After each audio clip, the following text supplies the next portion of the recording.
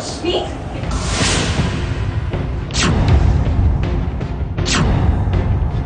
आप जानती हैं इशिता मसीह तो उसकी किडनैपिंग के पीछे इस औरत का हाथ है।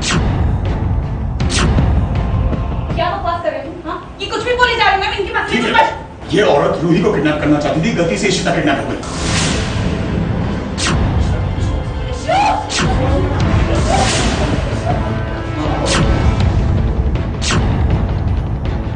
लौट आई है इशिता। किडनैपर्स की चंगुल से छूटकर अपनों के पास लौट आई है इशिता, और वो भी उस मौके पर जब निधि का राज जज साहिबा के सामने खुल रहा था। ये औरत रूही को किडनैप करना चाहती थी, गलती से इशिता किडनैप हो गई। ये था इसका प्लान। रमन रूहान बने रूही के साथ निधि के पास पहुंचा था। वहां उसका पूरा परिवार भी मौजूद था और जज साहिबा के सामने ही निधि का सच उजागर हो गया। निधि ने खुद ही बयां कर दी अपनी सच्चाई अपने ही मुंह से। तो ये सब तुमने किया है?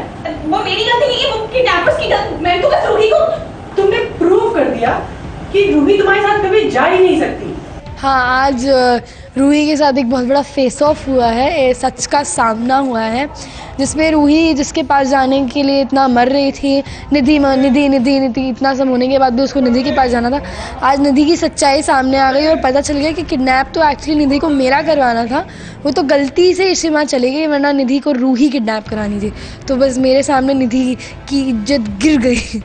और वहीं इशिता ने भी एंट्री ले ली।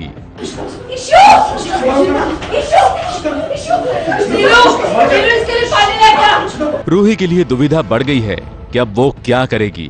वैसे सच्चाई अब सामने आ ही गई है तो उसे अपनी इशिमा के साथ रहने में ज्यादा मुश्किल नहीं होगी। अब मैं कहीं की नहीं रही हूँ एक्चुअली देखा जाए तो, क्योंकि एक जगह से मुझे निधि का तो सच पता चल गया और दूसरी जगह इशिमा के साथ इतना बुरी तरह से मैंने बिहेव किया, तो मुझे नहीं पता कि वो मुझे एक्सेप्ट करेंगे और करेंगे तो कितना ऑकवर्ड हो जाएगा। इशिता यहाँ आने से पहले गुंडों के साथ एक गाड़ी में बैठी थी, उसके हाथ भी बंधे हुए थे, लेकिन अचानक किसी ने गाड़ी रुकवाई और इशिता को वहाँ से भागने का मौका मिल गया और भागकर सीधा पहुँच गई ऐन मौके पर। शायद उसे पहले से पता था कि इस मौके पर पहुँचना बहुत जरूरी है।